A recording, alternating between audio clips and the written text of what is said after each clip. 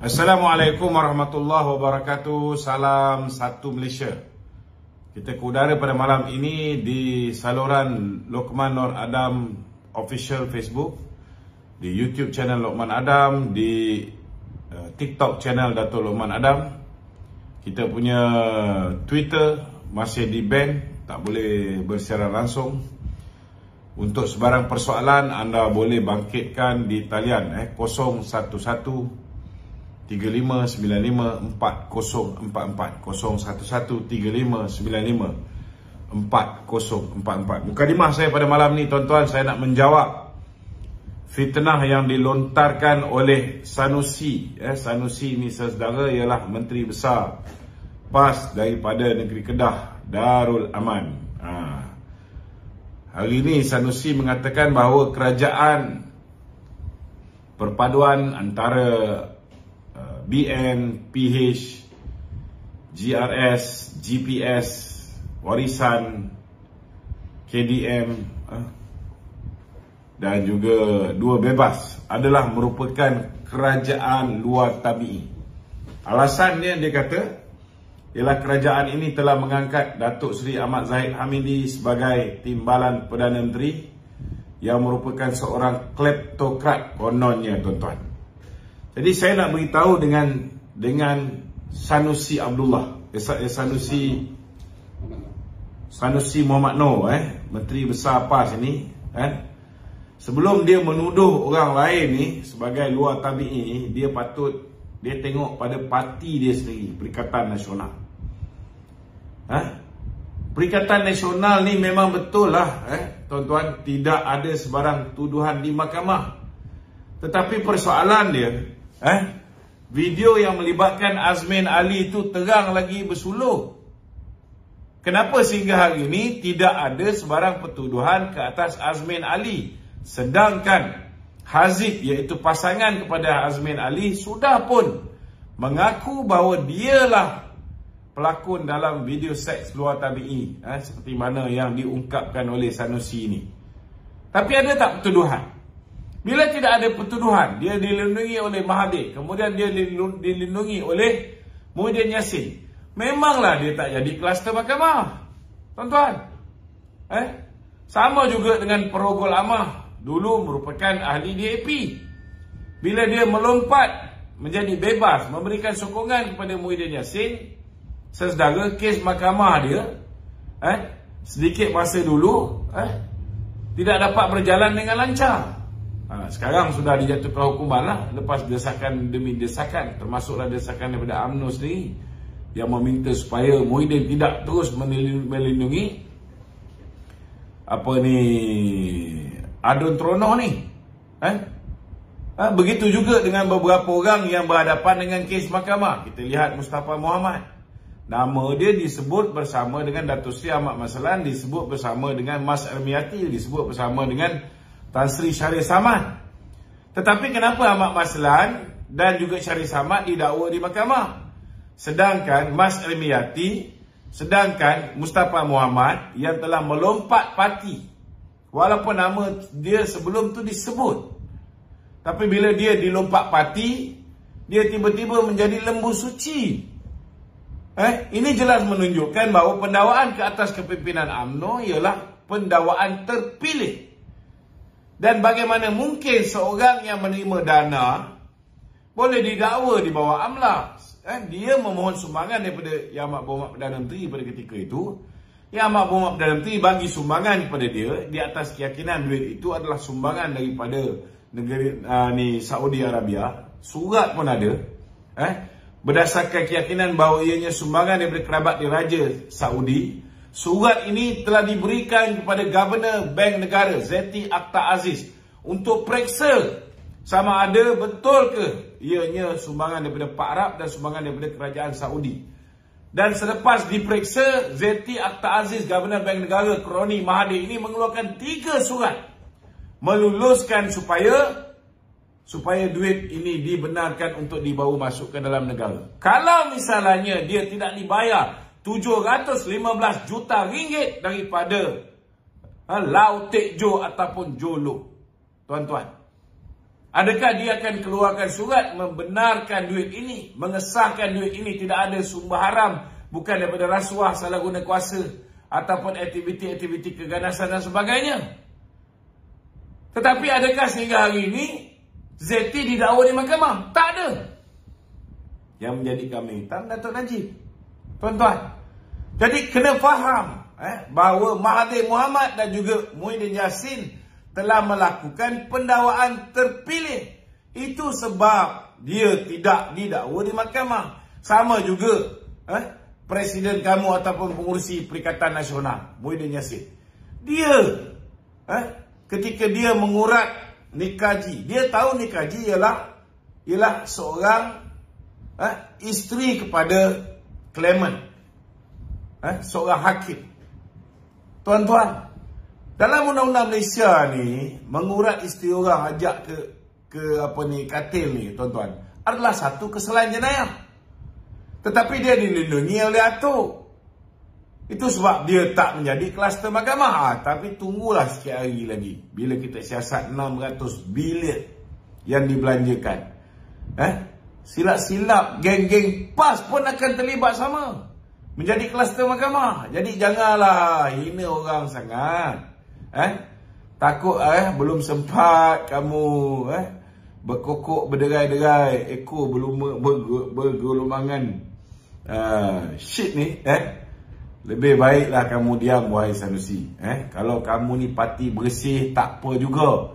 Hari ni kita tengok dia maki hamun orang yang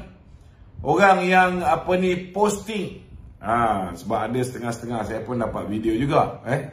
Dia dijanjikan RM350 oleh PAS, tiba-tiba dapat RM100. Bila mereka keluarkan video ni di media sosial, Sanusi hari ni bukan main marah lagi. Di Tioman pula tu dia marah. Di Tioman ni ketika berceramah di Tioman, dia marah.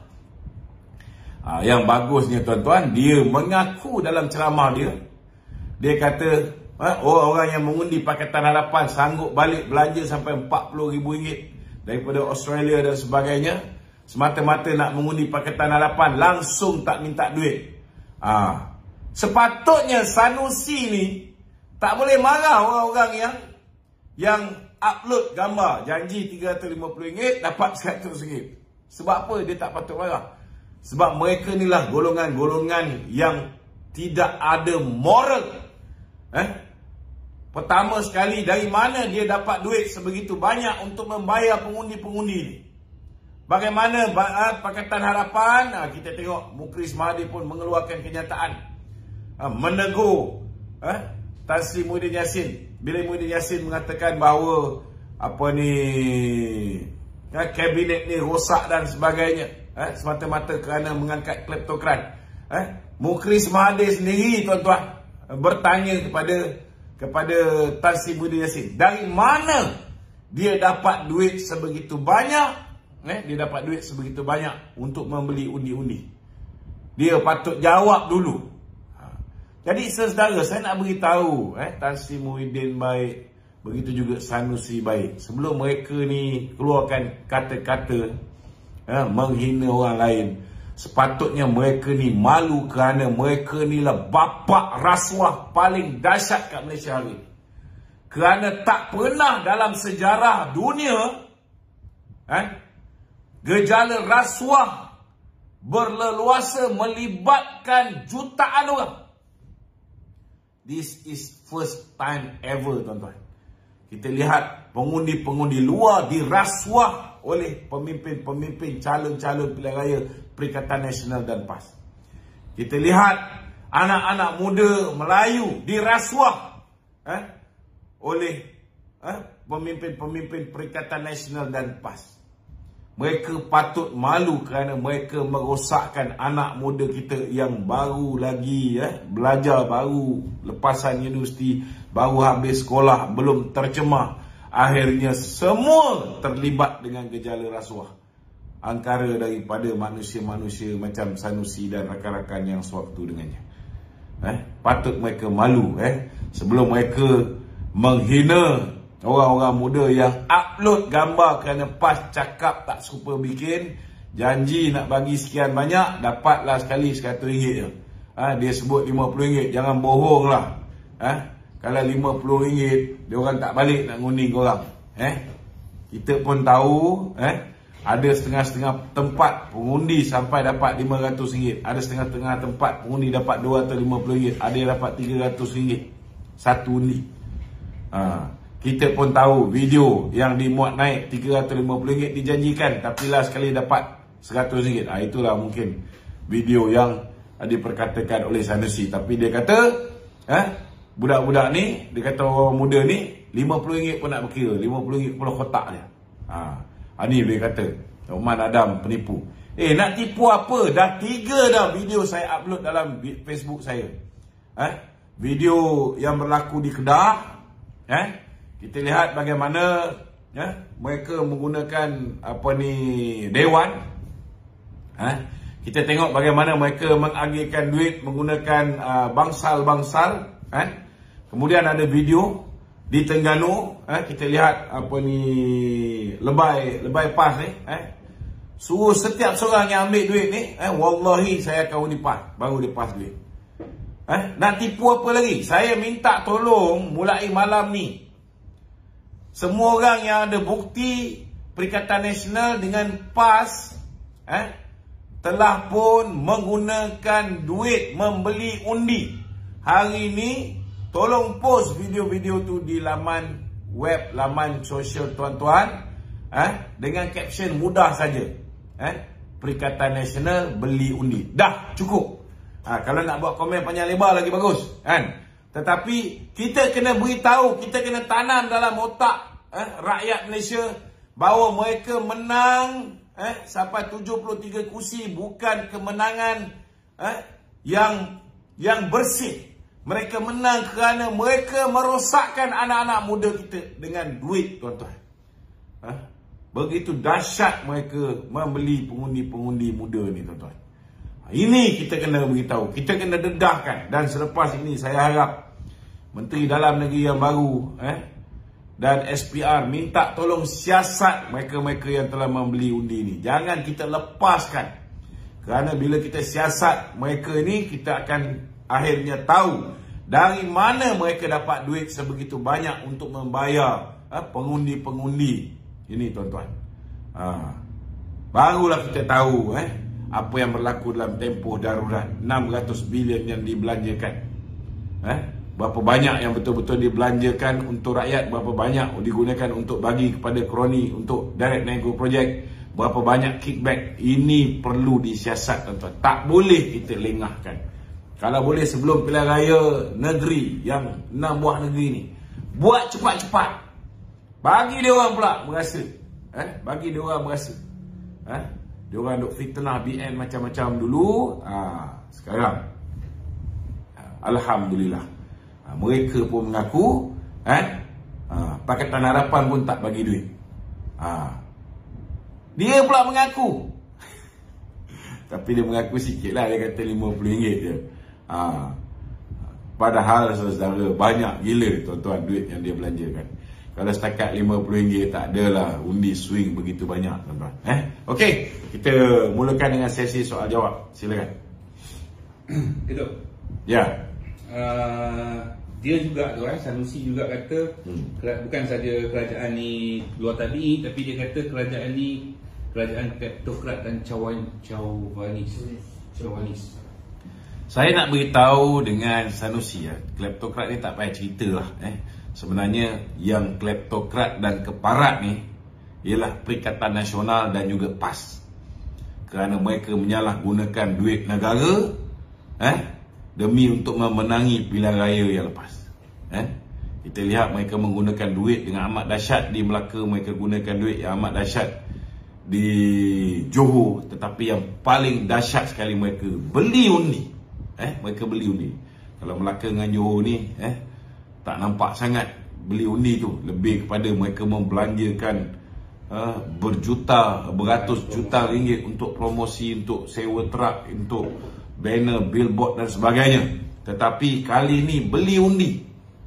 Bukan setakat billboard lagi, bukan setakat membeli influencer untuk mengeluarkan video-video dalam TikTok dan juga Instagram.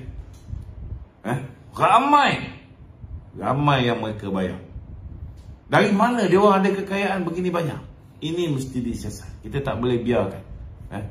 Sebab we got to put a stop on this. Kita kena pastikan sebelum pilihan raya negeri ni tak ada lagi parti-parti politik yang beli undi macam mana Perikatan Nasional dan PAS buat.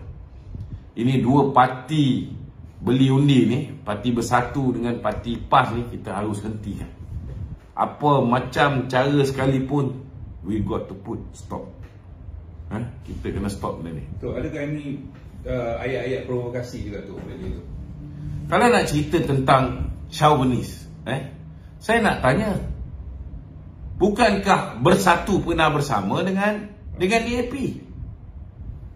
Bukankah PAS pernah bersama dengan DAP? Yang belum cuba sekarang ni UMNO. Dan UMNO tak perlu takut dengan DAP. Kita lihat bila Bersatu bersama dengan DAP, berapa banyak kerusi diberikan kepada DAP. Hari ini kursi yang DAP dapat cuma 4. Kursi yang DAP dapat cuma 4. Daripada 28 orang menteri kabinet, hanya 5 berbangsa Cina. Hanya 1 orang berbangsa India. Apa lagi kita nak kata chauvinis? Ianya benar-benar menggambarkan komposisi kaum rakyat Malaysia. Proportionate. Apa lagi tak puas hati? Malu tau. Bila kabinet diumumkan, kita lihat kenyataan yang dikeluarkan oleh Anthony Loke.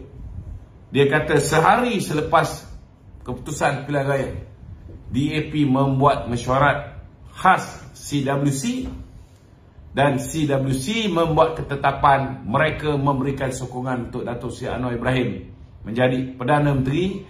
Dia boleh ambil semua sekali wakil rakyat daripada DAP dan putuskan nak kerjasama dengan siapa saja mereka sokong tanpa syarat, asalkan Datuk Seri Anwar Ibrahim dapat diangkat menjadi Perdana Menteri. Tengok solidariti DAP untuk Anwar Ibrahim.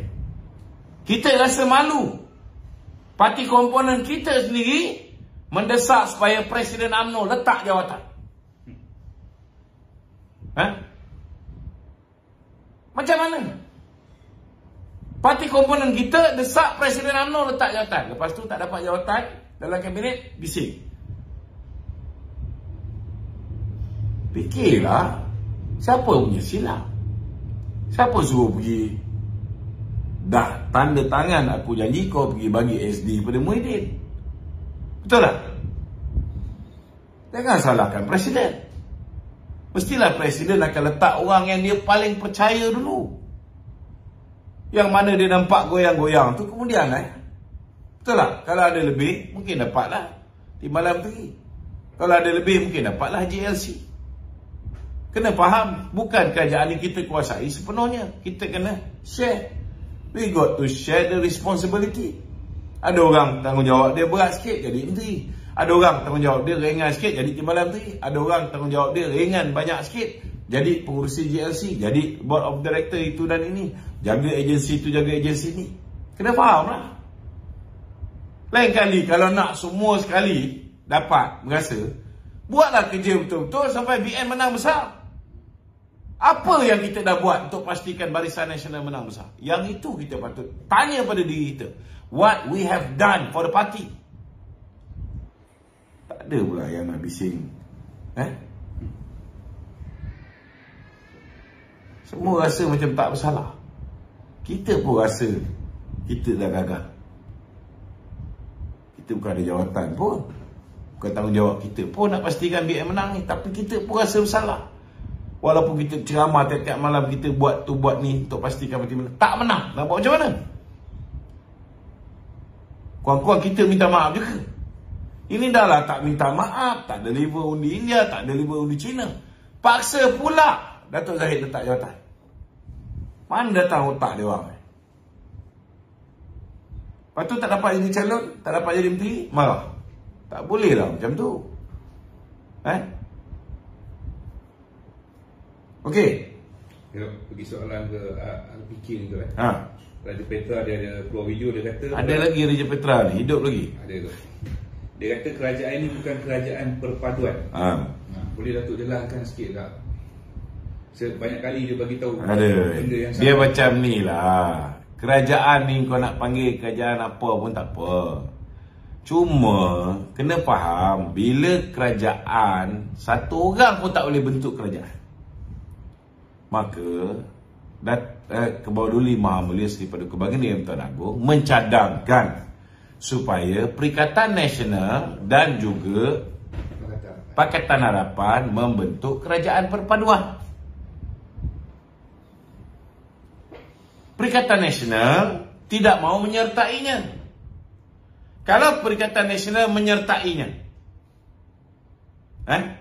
kemudian tuanku panggil pula Barisan Nasional. Barisan Nasional pun setuju menyertainya.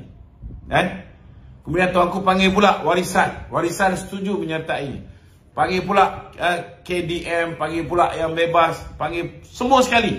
Semua setuju menyertainya. Maka ianya dipanggil kerajaan perpaduan lah. Betul tak? Sekarang ni memanglah ianya bukan 100% melibatkan semua parti. Tetapi ianya sebuah kerajaan yang legitimate. Kerajaan yang mempunyai simple majority 112 orang. Walaupun Padang Serai kita belum ada keputusan, tak apalah, kita kira minimum 112 juga. Sekarang kita bukan setakat ada 112, kita ada 148. Kalau kerajaan Ismail Sabri nak panggil kerajaan ni keluarga Malaysia, adakah semua orang Malaysia ada dalam kerajaan ni? Tak ada juga, betul tak? Tapi dia boleh panggil kerajaan tu kerajaan keluarga Malaysia. Suka hati dia lah, dia nak panggil kerajaan tu kerajaan keluarga Malaysia. Zaman Muhyiddin, dia nak panggil kerajaan tu Perikatan Nasional.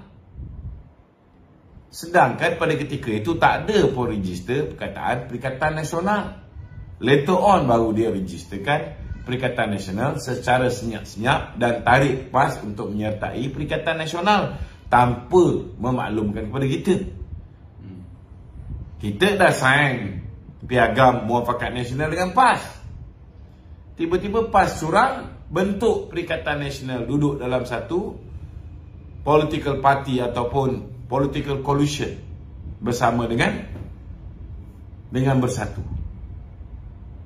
Hari ini kita belum tahu lagi apa nama yang Datuk Seri Anwar Ibrahim akan bagi kepada kerajaan dia. Cuma sebutan kita kerajaan perpaduan, sebab inilah yang mula-mula dicadangkan oleh Kebawah Duli tuanku. Kalau katalah Datuk Seri Anwar Ibrahim mengambil keputusan bahawa kerajaan ini dipanggil kerajaan perpaduan, maka kerajaan perpaduan lahir.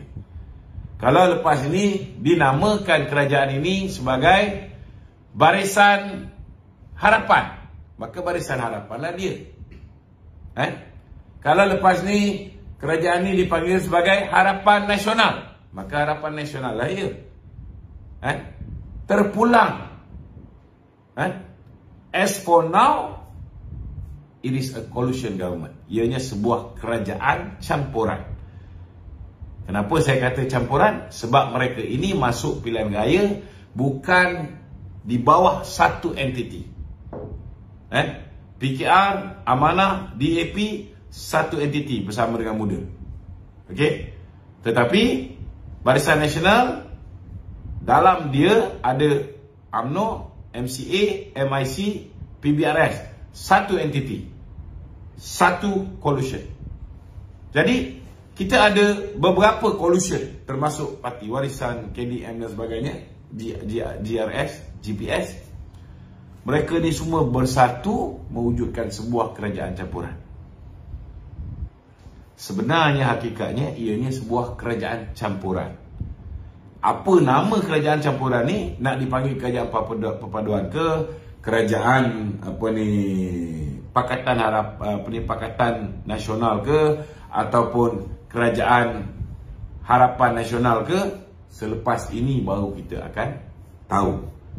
Rebranding ataupun branding ni belum ada, kan?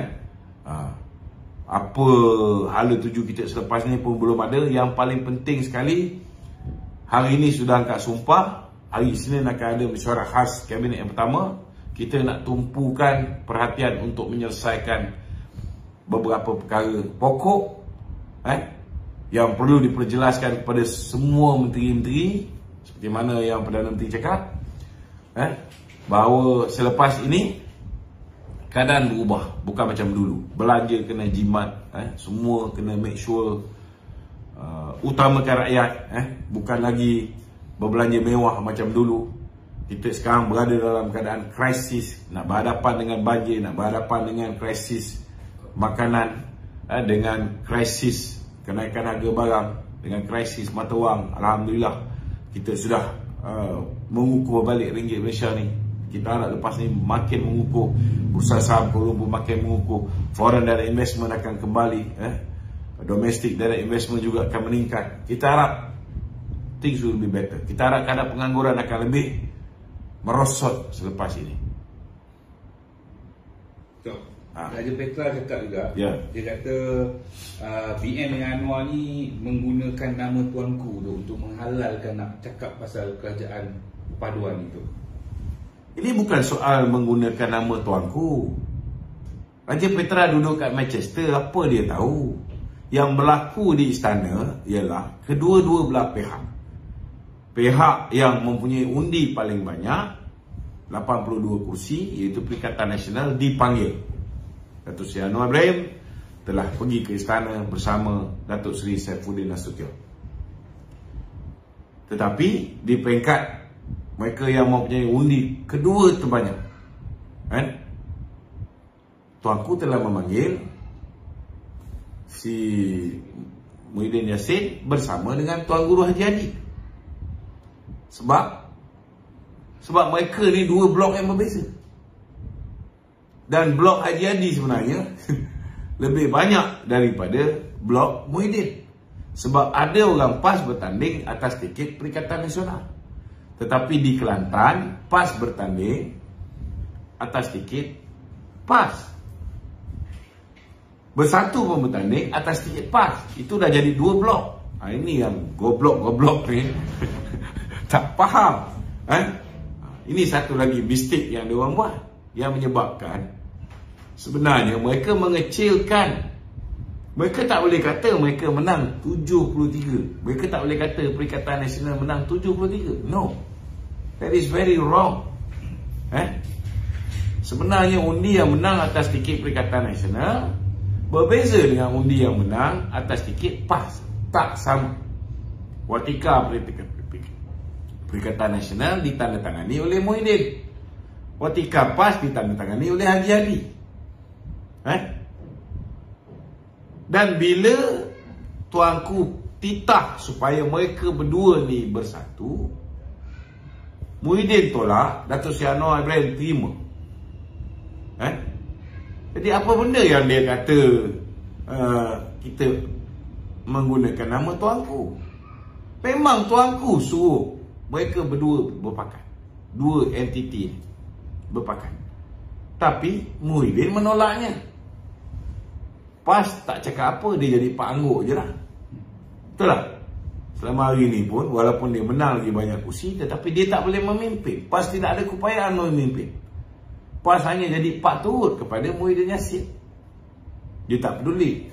Muhyiddin Yassin ni laki bini orang ke, bini dia ke, dia tak boleh nak beza kan.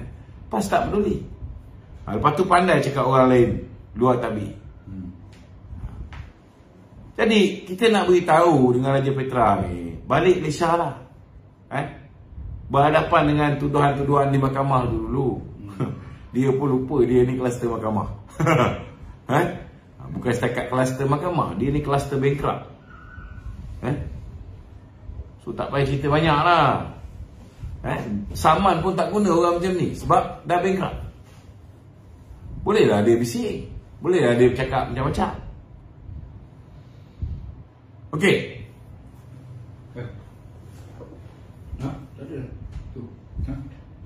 Hello. Tanya pasal Hamzah Zainuddin pula tu. Ya. hari ni dia gelarkan kerajaan ni kerajaan kalut tu.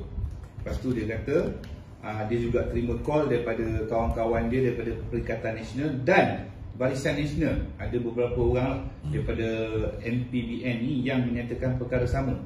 So pandangan tu. Sebenarnya yang kalut sebenarnya Hamzah,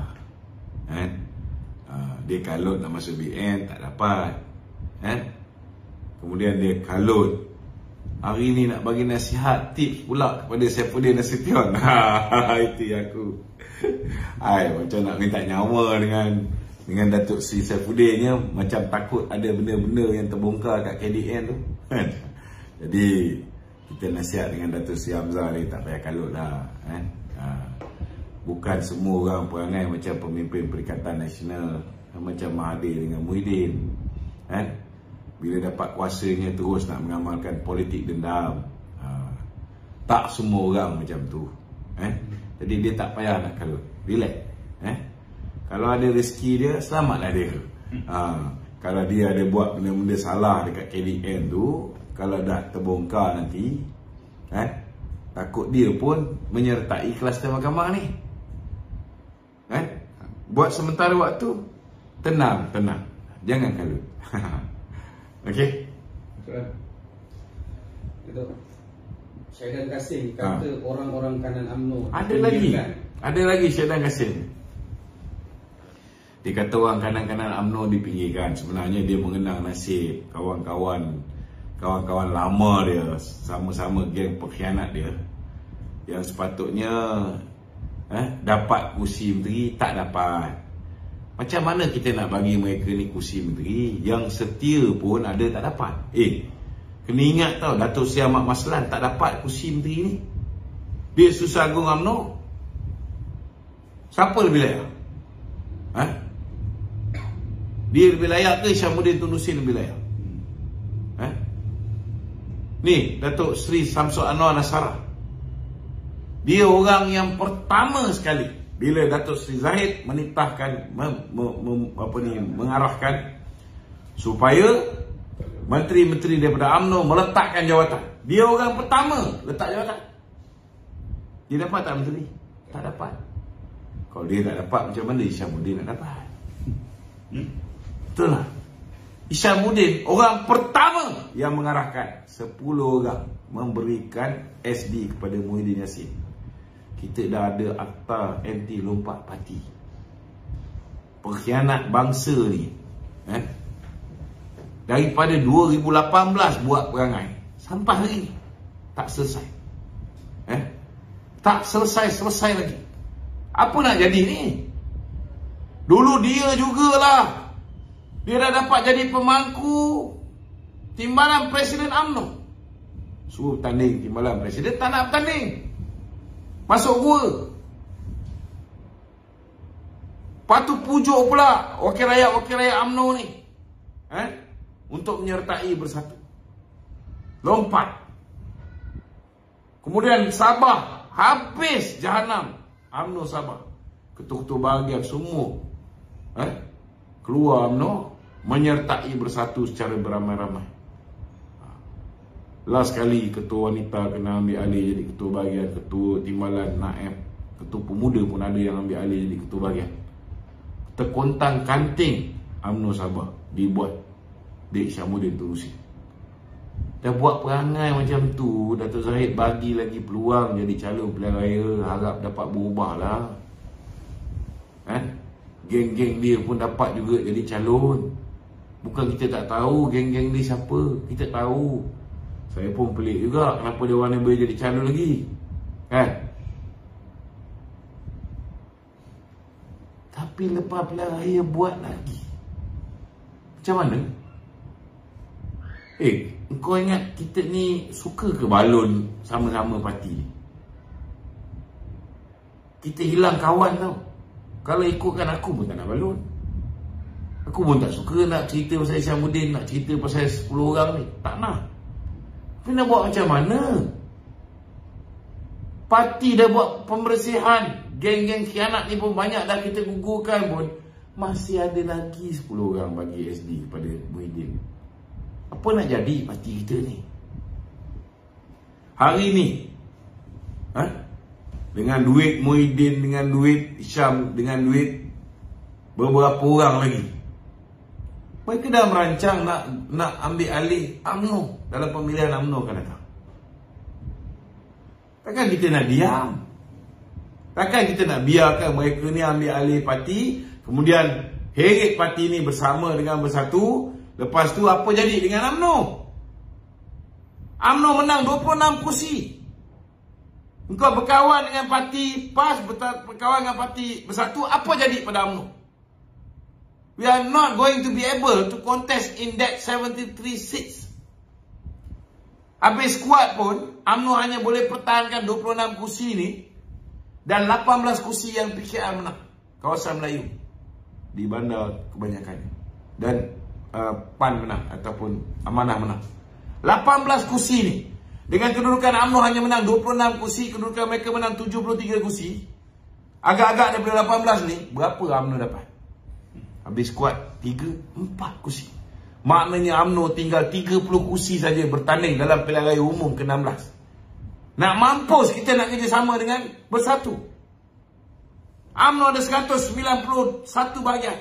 Tutuplah UMNO bahagian lain, tinggalkan 30 je. Fokus 30 je. Sebab dah tentu-tentu kita tak boleh bertanding di kawasan tu. Jadi macam mana PAS ditunggangi oleh Bersatu, macam itulah jentera UMNO di peringkat bahagian akan ditunggangi oleh Bersatu akan datang. Kita hanya akan jadi jentera pilihan raya kepada Bersatu dan PAS. Nak tengok benda ni berlaku. Itu kadang-kadang saya tak faham. Ada orang-orang UMNO masih lagi marah. Kenapa kita boleh kerjasama dengan DAP? Saya nak beritahu, DAP ni bertanding kawasan UMNO ke? They are not going to contest any of our seats. Kita akan bertegas, akan datang. DAP, you fokus jaga masyarakat Cina. Tak payah bertanding kawasan Melayu. Tapi kalau tempat Cina, dia nak letak calon Melayu, tak ada masalah, itu hak dia. Betul lah. PKR, mungkin dia akan bertanding di kawasan Melayu Bandar. Kemudian kita agihlah kursi-kursi kita. Mungkin bagi PAN sikit, bagi PKR. Kalau kita nak pergi bandar 1-2 orang, kita tukar, switch, swap. Apa masalah? Yang penting, kalau kita bersama dengan Pakatan Harapan, kita akan bertanding lagi banyak kursi. Kita boleh pulihkan peluang nak rampas 73 kursi yang dimenangi oleh PAS dan PKR ni Bersatu tu ada. Peluang UMNO nak dapat balik, menang balik kawasan tu ada. Tambahan pula hari ni UMNO, walaupun kita kalah kali ni kerana duit-duit, kerana fitnah mereka, dan kerana mereka berjaya meyakinkan pengundi-pengundi bahawa kalau undi BN, Anwar jadi Perdana Menteri. Akhirnya jelas terbukti, kerana tak undi BN, last kali Dato' Seri Anwar Ibrahim jadi Perdana Menteri. Tapi nak buat macam mana? Ada juga yang bingai, percaya cakap Muhyiddin, percaya cakap PAS. Itu yang bagi undi banyak kepada Perikatan Nasional. Ditambah pula ada pula duit. Hancur lebur. Mereka tak fikir bahawa mereka sedap dapat duit ni, mungkin boleh bertahan 5-6 hari, tetapi mereka korbankan masa depan untuk 5 tahun akan datang. Cuba bayangkan lepas ni, parti yang mempunyai keahlian orang Melayu paling besar bergabung dengan parti yang mendapat sokongan masyarakat bukan Melayu paling besar. Dua buah parti ni bergabung, InsyaAllah kita boleh menang besar di mana-mana kursi yang kita tandingi. Kalau mungkin ada masalah pun di kawasan yang Melayu lebih daripada 90%, macam di Kelantan, mungkin ada di Terengganu sikit, ini susah. Tetapi kalau kita campurkan keputusan parlimen baru ni, campurkan undi BN, campur dengan undi PH, campurkan, tengok undi tu lebih banyak tak daripada undi Perikatan Nasional. Kalau undi itu lebih banyak daripada Perikatan Nasional, kawasan-kawasan itu adalah kawasan yang mana UMNO PH mempunyai potensi untuk menang besar. Bukan setakat UMNO boleh menang lebih banyak kursi Melayu, PH juga boleh menang lebih banyak kursi bukan Melayu. Ini kena faham. Okey? Okey, dalam Twitter Ya. Adi Awang tu 5 jam yang lalu pula dia kata, kerajaan yang ditubuhkan ini merupakan sebuah kerajaan yang rapuh atas faktor tidak cukup jumlah majoriti tu. Dia kata kerajaan sekarang kerajaan rapuh, tak cukup majoriti. Ya. So apa Datuk ni? Dia macam inilah, kadang-kadang orang tua ni dia dah sama macam Mahathir Mohamad. Cuba kita tengok macam mana tak cukup jumlah majoriti. Pertama sekali, PH solid 82 kursi. Agak-agak ada tak 1-2 orang daripada PH ni yang jadi bangsa pengkhianat macam Hishamuddin Tunusi? Tak ada. Ada tak 82 orang ni bagi SD kepada Muhyiddin Yassin? Ada? Tak ada. Ada tak 82 orang ni meracau tak dapat jadi menteri? Ada? Tak ada. Ada puak-puak DAP dapat hanya 4 kursi, mereka bising? Ada? Tak ada. Malah mereka kata tak dapat jadi menteri pun mereka tak kisah. Janji Anwar Ibrahim jadi Perdana Menteri. Kualiti macam ni kita pun tak ada. Kita pun ada bising-bising sikit. Betul tak? Malu kita tahu. Malu kita. Kalaupun ada yang tak puas hati belah kita, habis kuat 10 orang. Kita ada 148. Katalah 10 orang ni masa undi percaya ni buat kerja gila. Buat kerja gila. Kita hilang 10 undi. Katalah ada yang nak jadi menteri 1-2 orang ni, buat hal lagi, hilang lagi 3. Kita baru hilang 13 undi. GRS, kita tahu dalam dia ada Perikatan Nasional, mungkin boleh dipengaruhi. Tetapi kena ingat, kalau mereka buat hal, bila-bila masa warisan boleh bergabung dengan BN di Sabah, kita boleh angkat Baru Mokhtar menjadi ketua menteri. Betul tak? Kursi menteri yang dah diberikan kepada GRS boleh diberikan kepada Syafiq Hamdan. Tak ada masalah. Mereka akan fikir 10 kali. Tetapi katalah worst case scenario, I don't think this will happen, tapi worst case scenario, dia dapat lagi 6 kursi. Maknanya mereka dapat 19 kursi. Siapa lagi? GPS peringkat awal memang menyokong. Sebab apa mereka menyokong?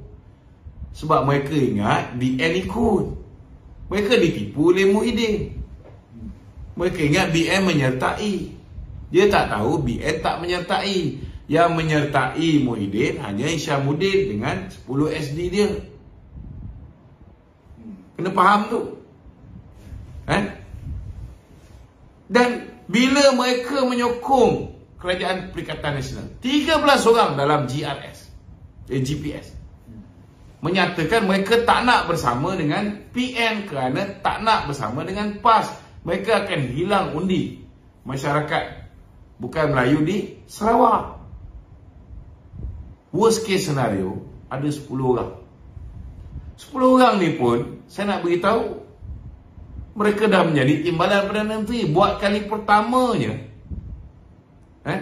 mereka menjadi timbalan Perdana Menteri. Kenapa mereka nak beri sokongan pada Muhyiddin? Katalah tiba-tiba ada jugalah yang hilang akal. Mereka dapat lagi berapa ni? Katalah 10 lah. Worst case scenario 10 lah. Kita bagi tu 10. 19 campur 10, 29. Betul tak? Kita masih ada lagi 119. Ada lebihan berapa kursi? Ada lebihan 7 kursi. So apa benda agak Adi Awang ni merepek? Adi Awang merepek apa ni? Itu sebab Datuk Seri Anwar Ibrahim mencadangkan supaya diadakan undi percaya. Hadiah awam ni lupa ke? Bila Datuk Seri Anwar Ibrahim berani mengadakan undi percaya, maknanya he is very confident that he got the number. Dia yakin dia ada the numbers. Tetapi yang tak berani nak berhadapan dengan undi tak percaya atau undi percaya sehingga lockdown satu negara ni, siapa? Abah kau. Betul tak? That's the reality. Okay? Please. Apa UMNO perlu buat untuk memberi kefahaman pada akaun undi? Ya. Kenapa UMNO bekerjasama dengan TAB? Saya minta hari ini ke pimpinan UMNO, khususnya Biro Penerangan UMNO, hari ini kena turun ke setiap bahagian memberikan penjelasan. Kenapa kita kena bekerjasama dengan PH dan bukan bekerjasama dengan PN. Orang UMNO ni perlu diberikan kefahaman dulu. Dan seterusnya, kita kena buat lebih banyak lagi talk show ataupun majlis penerangan town hall bersama dengan pimpinan Pakatan Harapan. Biar kedua-dua belah pihak yang sebelum ini dah menjadi musuh berpuluh tahun ni faham apa kelebihan bila mereka bersatu, apa kelebihan bila mereka bekerjasama. This is a win-win situation. Ini sebuah kerajaan perpaduan yang menguntungkan kedua-dua belah pihak. Pihak bukan Melayu untung, pihak Melayu untung. We are going to end racism. Kita akan menang lebih banyak kursi daripada dulu. Pakatan akan menang lebih banyak kursi. UMNO akan menang lebih banyak kursi. Jadi apa benda yang kita nak takut? Ada yang takut, oh nanti jadi macam peristiwa 22 bulan. Come on.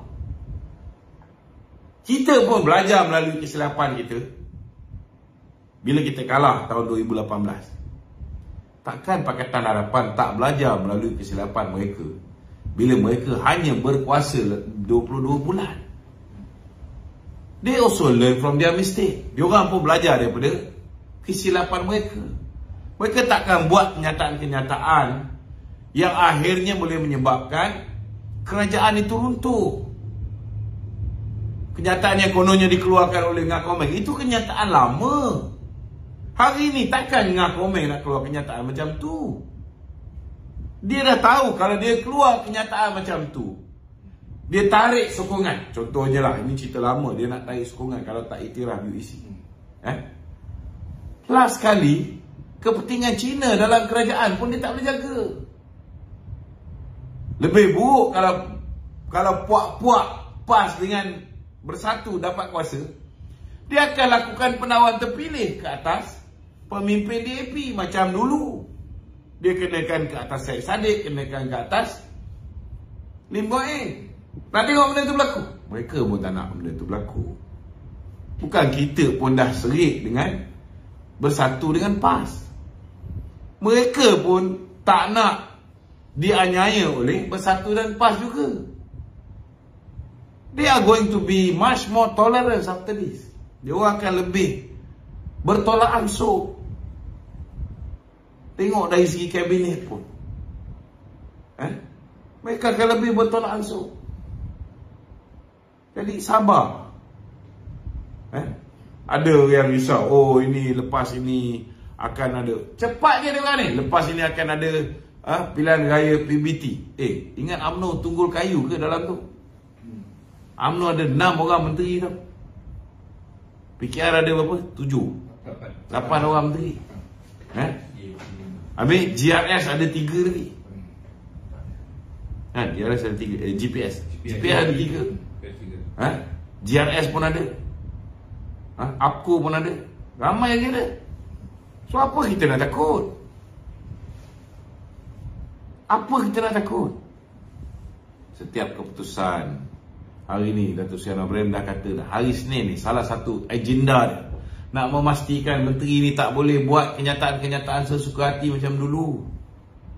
semua kenyataan, kita dah mencadangkan itu hari supaya ada Strategic Communication Unit ataupun STRATCOM. Maknanya sebelum buat keputusan besar, bincang dulu apa implikasi terhadap keputusan-keputusan yang nak diambil. Jadi bila setiap keputusan besar tu sudah masuk STRATCOM, kalau keputusan tu walaupun kita tahu ianya akan memberikan impact negatif, rakyat akan marah dan sebagainya, setidak-tidaknya kita boleh buat mind conditioning lebih awal. Bila kita buat mind conditioning lebih awal, maka rakyat akan difahamkan. Contohnya dulu masa BN, mereka umumnya kita akan pasang AES, mengamuklah orang. Tapi kalau kita explain, kita ada beberapa kawasan yang sangat bahaya, banyak kemalangan maut, terpaksa kita pasang AES ni. Dan sebelum kita pasang AES ni, beberapa kilometer sebelum AES ni, kita beritahu depan ada kamera, dan dekat lagi ada lagi satu papan tanda, dan beberapa papan tanda baru ada kamera tu. Kita dah beritahu depan tu ada kamera, kau nak kena bayar RM300 ni. Kau perlahankan, kalau tak nak perlahankan juga, kau kena bayar RM300, tak apa lagi. Kau kena bayar RM300, tak apa lagi. Takut kau mati kat Seleko tu. Tapi kalau dia tak nak pakai otak, dia masih nak langgar, kau bayar je lah AES tu. Yang kau bising bersama. Setidak-tidaknya we already explain to the public. Kita dah jelaskan. Jadi orang boleh faham. Sebelum pasang kamera, depan tu dah beritahu, depan ada kamera, kau langgar juga. Memang bodoh. Nak cakap apa lagi? Tapi kalau kita explain, orang pun tak marah. Ada benda-benda, keputusan yang tak popular, kita kena buat for the betterment of the country. We got to do it. Memang tak popular, tapi kena buat juga. Tapi sebelum kita buat, kita kena buat mind conditioning. Kita explain, kita educate the public. Gunakan media sosial, gunakan media elektronik, gunakan media akhbar-akhbar. Ada lagi esok khabar?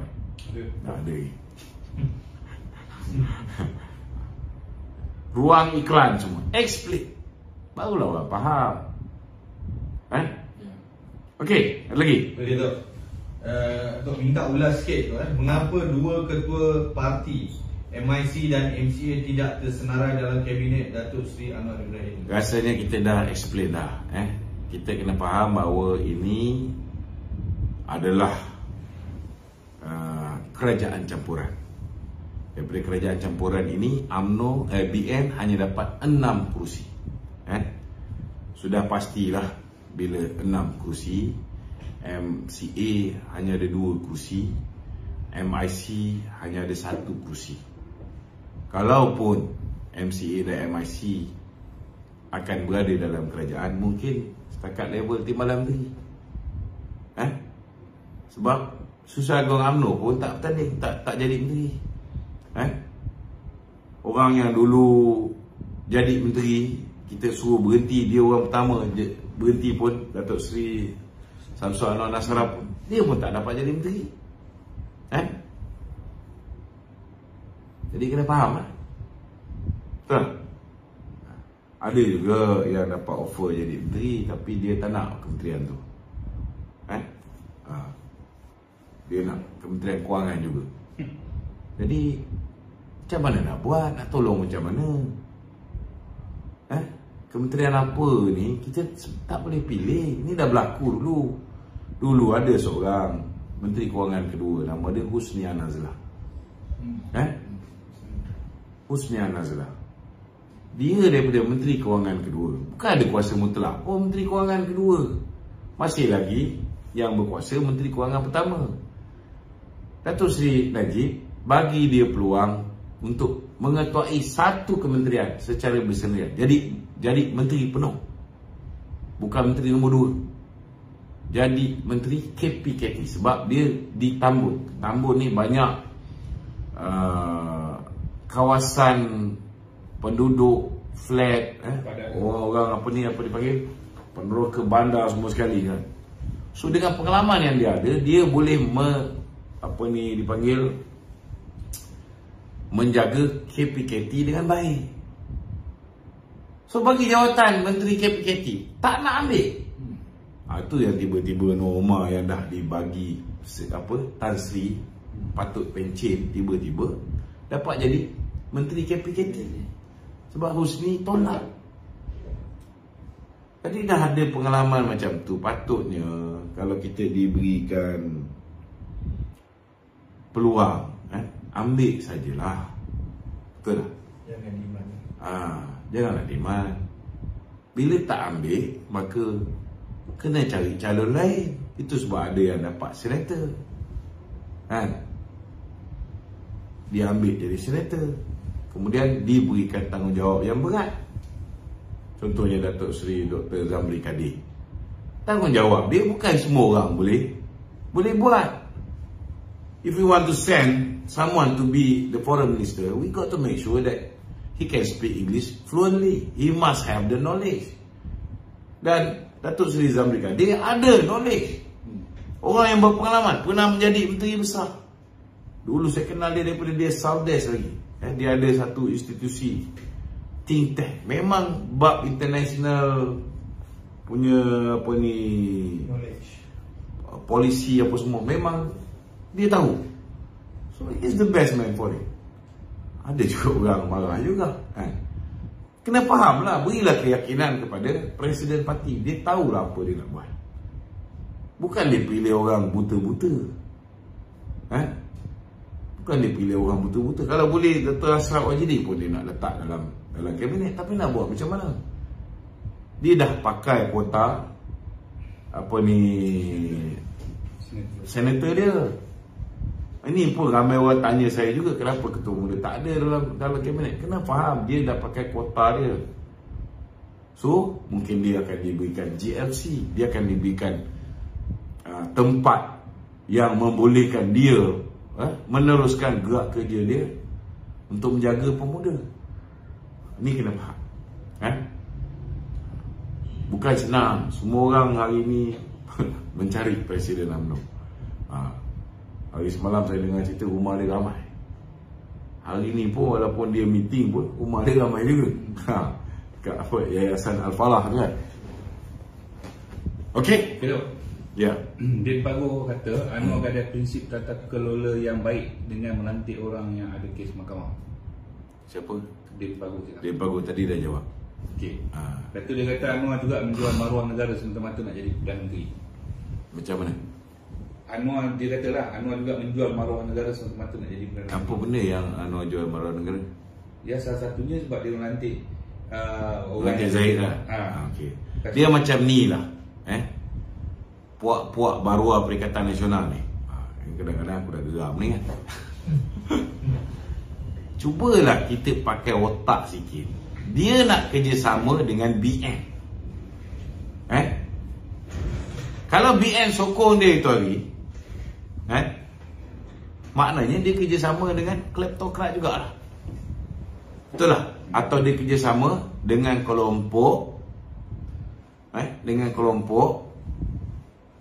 yang diselamatkan oleh mereka, diselamatkan oleh Mahathir ketika Mahathir berkuasa, tidak didakwa di mahkamah. Kena faham ni, didakwa di mahkamah bukan bermakna seseorang itu kotor. Tidak didakwa di mahkamah bukan bermakna seseorang itu bersih. Di zaman Law of the Jungle Mahathir dan Muhyiddin, kita lihat contoh macam Datuk Zahid, tak ada kes mahkamah. Tapi bila dia dipanggil oleh Tun Dr. Mahathir, diarahkan untuk bubarkan UMNO, sertai bersatu. Bila dia tak nak, baru ada sampai 87 pertuduhan. Kalau ketika itu dia ikut macam Mustafa Muhammad, dia ikut macam Mas Ermiati, dia ikut macam 16 orang yang melompat menyertai bersatu, ada tak dia kes mahkamah? Boleh kita katakan dia bersih? Itu kita kena faham. Pendakwaan ke atas Datuk Seri Zahid ialah bukan hanya malicious prosecution, pendakwaan berniat jahat, bukan hanya selective prosecution, pendakwaan terpilih, ianya juga ialah politically motivated prosecution, pendakwaan yang bermotifkan politik. Ini jelas, tanpa kompromi. Kita pun minta geng-geng Pakatan Harapan ni cukuplah, berhentilah main cerita ni. Kalau nak bersama, kita nak pergi jauh ni. Kita bukan nak hanya kerjasama untuk tempoh 5 tahun, lepas 5 tahun nak berperang balik. Kalau ada otak fikir macam ni, jahanam parti kita. Jahanam. Sebab mereka akan start bersaing. Hari ni kita tak perlu bersaing dengan PKR, dengan DAP. We are going to complement each other. Kita nakkan undi, bukan Melayu mereka. Mereka nakkan undi, Melayu kita. So, kita akan kerjasama dan akan win-win situation, akan untung, sama-sama untung. So, apa masalah? Bila kita duduk bersama, dua buah parti besar orang Melayu dengan bukan Melayu, kepentingan Melayu terjaga, kepentingan bukan Melayu juga akan terjaga. Semua orang akan hidup aman damai. Hak istimewa orang Melayu akan dipelihara, kedudukan Islam sebagai agama persekutuan akan dijaga, kedudukan bahasa Melayu sebagai bahasa kebangsaan akan dijaga, kedudukan Raja-Raja Melayu akan dijaga. Datuk Seri Anwar Ibrahim dah beri jaminan tidak akan ada. Ini antara benda yang pertama ditanya oleh Raja-Raja Melayu. Dan Datuk Seri Anwar Ibrahim memberi jaminan bahawa struktur Raja-Raja Melayu tidak akan diganggu-gugat. Kalau ada orang cuba nak runtuhkan institusi diraja, kita UMNO akan pertahankan. Apa nak takut? Kita bukan parti kecil macam Bersatu dulu. Telur mereka dipegang. Tidak. Kita tak begitu. Sama juga dengan PAS. Kita tak begitu. Mereka dulu jadi Pak Turut. We are not going to be like that. Kita akan pastikan bahawa mereka akan hormati apa yang telah dipersetujui dalam kontrak sosial. InsyaAllah. Percaya dengan kita. Kalau sekelak jalan kita gagal menggalas tanggungjawab ini, pilihan raya 2006, pilihan raya ke-16, singkirkan kita. Habis kita. But we are here to serve the rakyat. We are here to stay as the government. Dan kita nak pastikan kerajaan selepas pilihan raya umum 2016 adalah kerajaan yang lebih stabil, lebih kuat dan lebih merangkumi keseluruhan rakyat Malaysia, insyaAllah. Okey, ada lagi? Okey tu, serangan Muhyiddin terhadap kabinet Datuk Seri Anwar Ibrahim tu. Ya. Dia adalah lebih tertumpu kepada serangan kepada Presiden UMNO sebenarnya tu. Dia kecewa kerana Presiden UMNO tak nak muka dia. Kita beritahu dengan Muhyiddin ni, move on lah. UMNO tak nak kau. Yang nak engkau mungkin H2O seorang ya, dengan rakan-rakan yang sewaktu dengannya. UMNO lain dah serik dah. Itu sebab bila ada kuasa jangan zalim. Bila orang dah maafkan kau, bagi peluang pula kau jadi Perdana Menteri, walaupun parti kau ni lebih kecil daripada parti kita ketika tu. Kita dah bagi jadi Perdana Menteri, janganlah bully kita. Janganlah tahan duit kita. Janganlah sumbat pemimpin kita dalam penjara. Kalau kau nak bunuh kita, takkan kita nak biarkan diri kita ditanam. Punca kita tolak dia kerana kita dianiaya, dibuli, ditikam belakang. Takkanlah kita nak membodohkan diri kita bagi peluang orang macam ni untuk jadi Perdana Menteri lagi sekali. Baik kita bagi Datuk Seri Anwar Ibrahim yang kita belum tahu lagi sama ada dia ni akan bully kita ke tidak, akan aniaya kita ke tidak. Tetapi sebagai seorang yang pernah dianiaya, seorang yang pernah terpisah dengan keluarga lama akibat dipenjarakan oleh musuh politik dia, mungkin dia akan lebih berhati-hati sebelum menganiaya orang lain. Mungkin sebelum dia penjarakan seseorang, dia akan fikir tentang anak bini orang tu yang tak bersalah. Mungkin dia akan menjadi pemimpin yang lebih baik, lebih adil. Kita tak tahu. So UMNO ada dua pilihan. Nak pilih manusia zalim yang dah teruk kerjakan kita dengan orang yang kita tak tahu macam mana. Mungkin Datuk Zahid dia lebih tahu siapa tu Datuk Seri Anwar Ibrahim. Maka dia lebih yakin dengan Datuk Seri Anwar Ibrahim. Itu hak dia. Aku pun walaupun sebelum ni kita ceramah bermati-matian tak nak dekat Datuk Seri Anwar Ibrahim, tetapi bila UMNO diberikan dua pilihan, apa pilihan kita ada?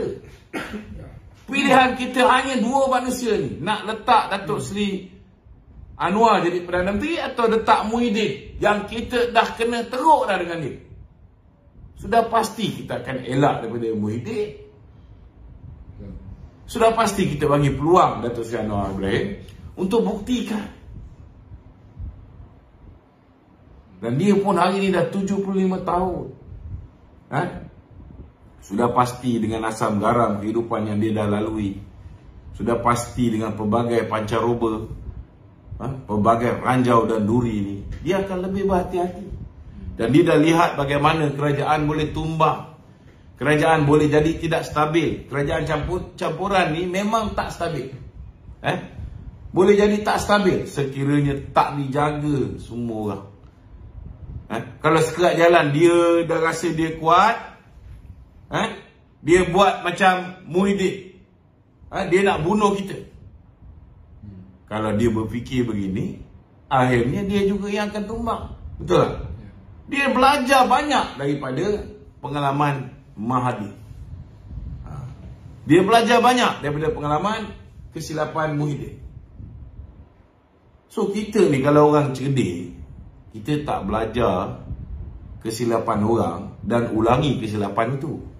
Orang cerdik, dia tengok kesilapan orang, dia elak daripada mengulangi kesilapan, dia hasilkan formula-formula yang lebih baik untuk mencapai kejayaan. Ini orang cerdik.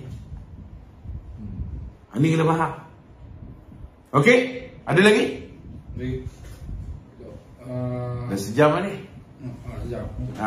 Tok, satu lagi Tok. Ni banyak orang tanya ni Tok dalam komen ni. Dia kata bila nak lantik Timbalan Menteri? Itu kena tanya dengan Yang Amat Berhormat Perdana Menteri. Tok, ada komen ni. Ada orang tanya tu, adakah kabinet ni dikecilkan disebabkan kedudukan kewangan tu masih lagi belum di apa ni gitu? Salah satu sebab kenapa kabinet ini dikecilkan, bukan kecil banyak pun, daripada 32 buah kementerian menjadi 28. Maknanya kita buang 4. Sebabnya, saya rasa salah satu sebabnya ialah untuk penjimatan lah. Penjimatan. Kita tak nak belanja. Sebab bila ada 4 kementerian tambahan, kena ada 4 KSU, kena ada 4 bangunan kementerian HQ, kena ada 4 susun politik, kena ada 4 menteri tambahan, kena ada kurang-kurang pun 4 timbalan menteri. Macam-macam lah. SUSK dan sebagainya. So belanja tu banyak. Okey? Minta tolong share kita punya live pada malam ni. Siapa yang ada keupayaan untuk edit video, saya ni memang semua buat sendiri tuan-tuan. Jadi siapa yang ada keupayaan untuk edit video-video kita ni, saya berikan keizinan. Siapa nak copy, nak masuk dalam YouTube tuan-tuan, nak masuk dalam TikTok tuan-tuan, nak pendek-pendekkan, masukkan dalam YouTube, saya minta tuan-tuan, kita kena buat benda ni. Salah satu kejayaan Perikatan Nasional ialah mereka buat banyak video pendek. Mereka gunakan influencer TikTok ni, mereka gunakan sehabis baik. Kita tak ada time, kita tak ada tenaga kerja. Siapa yang nak membantu secara sukarela, saya minta tolonglah download video kita pada malam ni, pendek-pendekkan dan post di TikTok tuan-tuan. Kita kena start masuk TikTok ni, kita kena matikan serangan-serangan yang telah dilontarkan oleh Bersatu dan juga oleh PAS ini tuan-tuan. Sekian. Assalamualaikum warahmatullahi wabarakatuh.